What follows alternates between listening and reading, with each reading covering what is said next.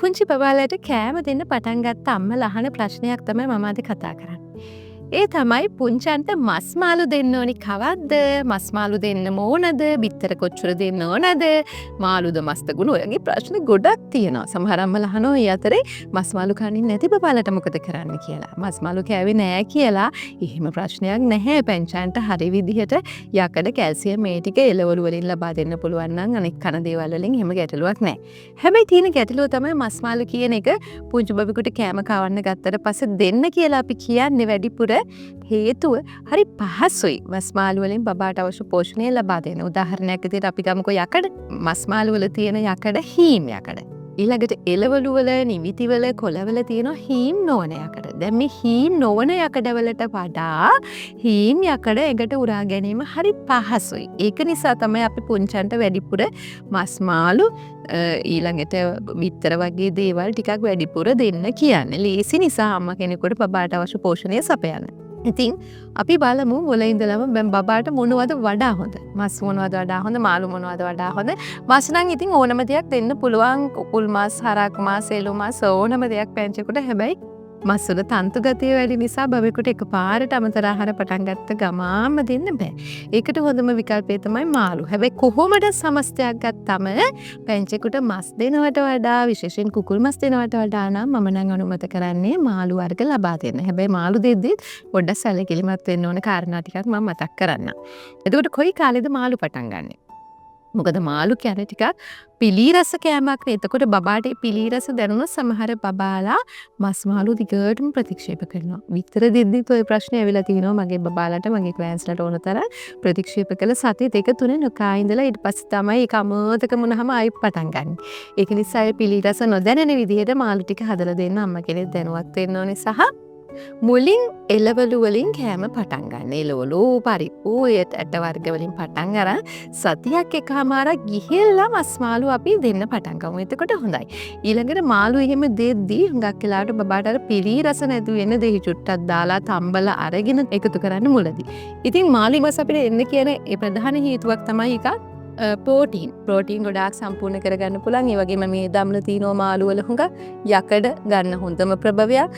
ඊළඟට සින්ක් අයඩින්. ඔයගොල්ලෝ දන්නවා සින්ක් අයඩින් කියන්නේ බබාගේ බ්‍රේන් එක වැඩෙන්න අවශ්‍යම කරුණු කාරණා ඔමේගා 3. ඔය සේරම වගේ බ්‍රේන් එක වැඩෙන්න හුඟක් අවශ්‍ය කාරණා. ඒ වගේම ප්‍රෝටීන් හුඟක් ගන්න පුළුවන් ප්‍රභවයක් තමයි මස් මාළු බිත්තර තුනම. ඊළඟට ඔමේගා 3. ඔමේගා 3 කියලා කියන්නේ අපි දන්නවා මේ දම්ල වල ව්‍යුත්පන්නයක්. ඔමේගා 3 කියන්නේ අපේ මොළේ හැදෙන්න බුද්ධිමත් බබෙක් හදාගන්න අපි ප්‍රධාන වශයෙන්ම කතා කරන සංඝටකයක් නේ DHA. ඔමේගා 3 කියලා අපි කතා කරන්නේ හැමතිස්සෙම. එතකොට මාළු වල මස් වලට වඩා ඔය ඔමේගා 3 ගන්න පුළුවන් විශේෂයෙන් තෙල් සහිත මාළු. සැමන් කියලා කියන්නේ ටින් කලර් සැමන් නෙමෙයි, රෝස පාටට තියෙන සැමන් මාළු වගේ මාළු. හැබැයි ඒව ගොඩාක් කන්න හොඳත් නෑ. මොකද ඒ වගේ රසදිය තියෙන පුළුවන් ටිකක් වෙනපොර. ඒක නිසා සාමාන්‍ය ප්‍රමාණයකට සැමන් හොයාගන්න පුළුවන් නම්. නමුත් සැමන් ගානටම මාළු වල තෙල් ඔමේගා 3 තියෙනවත් සාලයක්. එතකොට බෝල්ලු මුහුදේ අඩු කාලයක් ගත කරපු මාළු වඩා හොඳයි බබෙකුට. මොකද රසදිය ප්‍රමාණය වැඩි වෙන්නේ මාළුවෙක්ගේ මුහුදේ ලොකු කාලයක් ගත කරාම.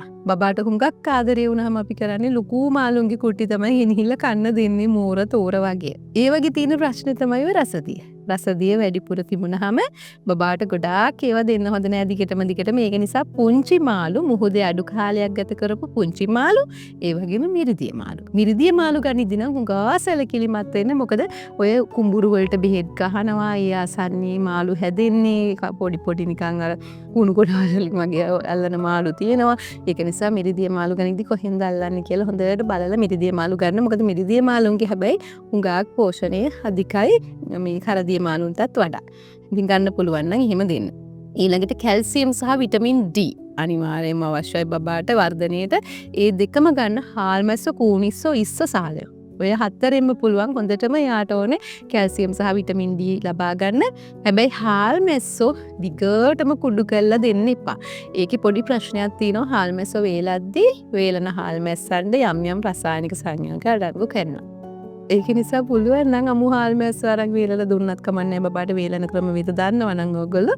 එහෙම නැත්තම් ටිකක් හොඳට හොදලා ඒ රසායනික සංයෝග ඉවත් වෙනකන් හොඳට හොදලා පිරිසිදු කරලා ගන්න. කොච්චර පිරිසිදු කරලා ගත්තත් හාල්මැස්සන්ව අර කුඩු කරලා තියාගන්න ඕනි ගොඩක් අම්මලා පෝෂණ පූරක හදලා එහෙම තියාගත්තාම හැම කෑමටම අම්මලා ඕක දානවා. ඉතින් ඒක නිසා ඒක කරන්න එපා. ඕනම දෙයක් ඕනවට වඩා ඕනේ නැහැ වගේ. මේවා හැම එකකම රසායනික ද්‍රව්‍ය තියෙන්න පුළුවන් දරුවන් සඳහා කියලා අපේ රටේ වෙනම නිෂ්පාදනය කරන්නේ හාල්මැස්සෝ. ඒක නිසා අනික අපිට එන්නේ පිට රටවලින් තායිලන්තේ වගේ රටවල් වලින් එන්නේ. ඒවට අපිට මේ කියන්න බෑ මේ මොන රසායනික ද්‍රව්‍ය අඩංගුද කියලා. ඒක නිසා හාල්මැස්සෝ කුඩු අනවශ්‍ය විදිහට දෙන්න යන්න එපා. හැබැයි ඊට වඩා හොඳයි කූනිස්සෝ ඉස්සෝ. ඒවට ටිකක් හාල්මැස්සන්ට වඩා අඩුවෙන් බෙහෙත් ගහන්න කියන එක පහුගිය කාලේ මම ඔය ගැන හොයද්දි මට දැනගන්න ලැබුණ කාරණාවක්. ඉතින් ඒවා ඊට වඩා හොඳයි. ඊළඟට සාලියෝ අපේ රටේ තියෙන සාලියෝ දැල් වලින් අලන සාලියෝ කිසිම රසායනික ද්‍රව්‍යයක් නැතුව අපිට ගන්න පුළුවන්. ඒ වගේ ඒවා පුළුවන් තරම් බබාට දෙනවා නම් හොඳයි. හැබැයි කට්ටු එහෙම අයින් කරලා හොඳට සුද්ධ කරලා දෙන්න ඕනේ. ඊළඟට අම්මලා අහනවා මාළු විතර දෙන්නද පීකුදු දෙන්නද ගංගේ මාළු දෙන්නද? ගංගේ මාළු නම් දැන් මං කිව්වනේ හොඳයි කියලා. ඊළඟට පීකුදු. පීකුදු කියන්නේ අක්මාවනි සතෙක්ගේ. අක්මාව කියන්නේ විෂහරණය කරන තැනක්. එතකොට අක්මාව බබෙකුට දෙද්දි ටිකක් සැලකිලිමත් වෙන්න. මොකද විෂහරණය කරන ස්ථානයක් හැමතිස්සෙම බබාට කන්න දෙන්න එපා. හැබැයි හොඳ යකඩ ප්‍රභවයක් පීකුදු කියලා කියන්නේ සතෙක්ගේ පුළුවන් නම් කැලේ ඉන්න සත්තු ඉන්නේ.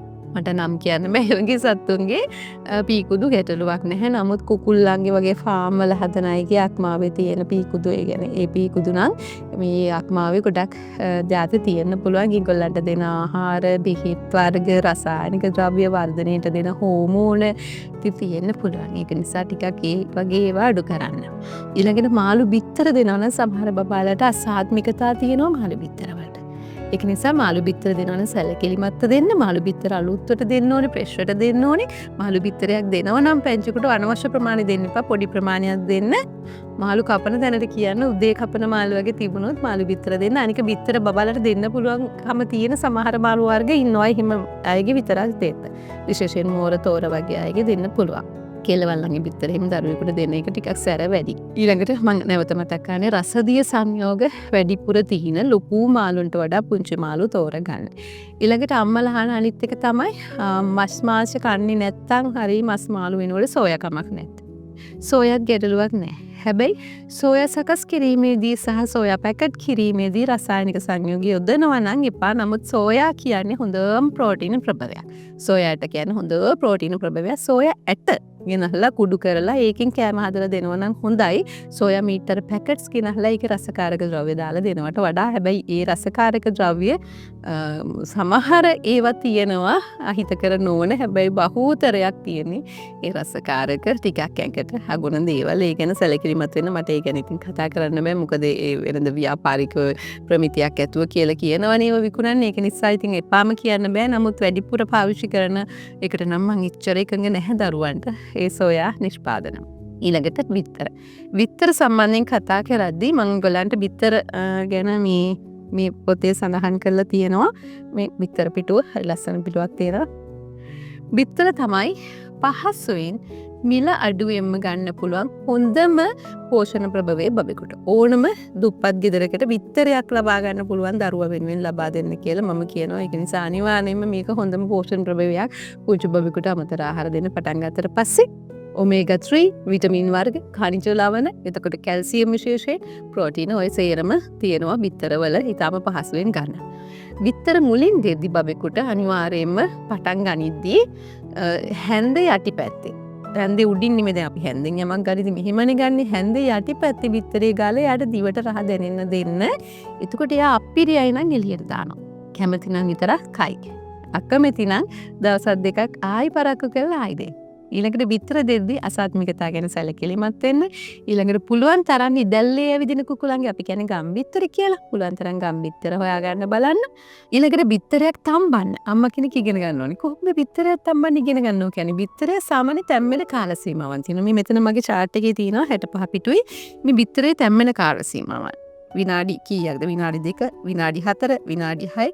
සාමාන්‍ය චූටි පැටියෙකුට අපි කියන්නේ විනාඩි 5න් එහා පැත්තට. ඒ කියන්නේ මෙන්න මේ වගේ මෙතන මේ තුන්වෙනි එක වගේ මේ ලොකු කෙනෙකුට නම් මේ විනාඩි 2 3 කමක් නෑ. චූටිම බබෙකුට විනාඩි 5න් එහාට තමයි බිත්තරයක් අපි තම්බන්නේ. 5යි 6යි අතර 7 වගේ වෙද්දි තමයි හුඟක්ම හොඳ. ගොඩාක් තම්බන්න හොඳක් නෑ. සාමාන්‍ය ගානකට යන්තම් කාමදී ගණ වෙන ප්‍රමාණයට බබා කන්නක් කැමති සහ ලස්සනට දෙන්නත් පුළුවන් බබෙකුට. එතකොට මේ බිත්තර තම්මන ප්‍රමාණය ඊළඟට වටු බිත්තර. වටු බිත්තර දෙන්න පුළුවන්ද කියලා අම්මලා අහනවා. ගැටලුවක් නෑ. වටු බිත්තර දෙන්න පුළුවන්. දවසකට මහර බබාලා වටු බිත්තර 6-7 කන බබාලාත් ඉන්නවා මගේ සායනීට එන බබාලා කිසිම ගැටලුවක් නෑ. ඊළඟට කුකුල් බිත්තර දවසකට එකට වඩා දෙන්න හොඳ නෑ කියලා මතයක් තියෙනවා. එහෙම එකක් නෑ. දවසකට බිත්තර 2-3ක් කෑවට දරුවෙකුට මොකුත් වෙන්නේ නෑ. අවශ්‍ය ප්‍රෝටීන් ප්‍රමාණය හරි විදිහට ලැබෙනවා. ඊළඟට පුංචි පැටියෙකුට බිත්තර දීම සම්බන්ධව තව විස්තර ඕනේ නම් ඔයගොල්ලන්ට පිළිගත්ත වෙබ්සයිට්ස් WHO වගේ පිළිගත්ත වෙබ්සයිට්ස් වලින් බලා ගන්න. මොකද හැමෝම ඉස්සර ලියනවනේ මාතෘ සෞඛ්‍ය ළමා සෞඛ්‍ය සම්බන්ධව හැම කෙනෙක්ම අම්මලා තාත්තලා සමාජ මාධ්‍ය තුල ලියනවා. ඒ වගේ දේවල් ගන්න එපා. විශේෂයෙන්ම Tamanට එහෙම තොරතුරු ගන්න ඕන නම් WHO එක UNICEF එකේ ඒ වගේ පිළිගත්ත වෙබ්සයිට් සහ පිළිගත්ත කෙනෙක් වෛද්‍යවරයෙක් සහ ඒ සම්බන්ධව පළපුරුදු පුහුණුව තියෙන කෙනෙක් ලියපු දෙයක් විතර පාවිච්චි කරන්නේ සමාජ මාධ්‍ය වලින් තොරතුරු ගන්නවා නම් ඒක නැවත මතක් කරන්නේ. මොකද අපිට නෝ හරියට ගැටලු එහෙම සමාජ මාධ්‍ය වලින් තොරතුරු කහගෙන දරුවන්ට කෑම කවනේවා සහ දරුවන්ගේ සෞඛ්‍ය සම්බන්ධව කරුණු කාරණා ඒක නිසා හොඳට සැලකිලිමත්ව ඒ වගේ දැනුම උකහා ගන්න. ඉතින් අපි මේ වගේ නාලිකාවකින් බලාපොරොත්තු වෙන්නේත් ඒකයි. නිවැරදි තොරතුරු ඕගලන්ට හරි විදිහට ඒ විෂයපතේට අනුකූලව වගකීමකින් විශ්වාසයකින් යුතුව ලබා දෙන්න. ඉතින් ඉස්සරහටත් අපි ආරාධනා කරනවා රැඳිලා ඉන්න අපි මේ වගේ තොරතුරු මාතෘ සෞඛ්‍ය ළමා සෞඛ්‍ය සහ සමස්ත සමාජයේම සෞඛ්‍ය සම්බන්ධව වැදගත් කරුණු කාරණා ඉතා විශ්වාසයෙන් ඉතා වගකීමෙන් ඕගලන්ට අපි අරගෙන එනවා.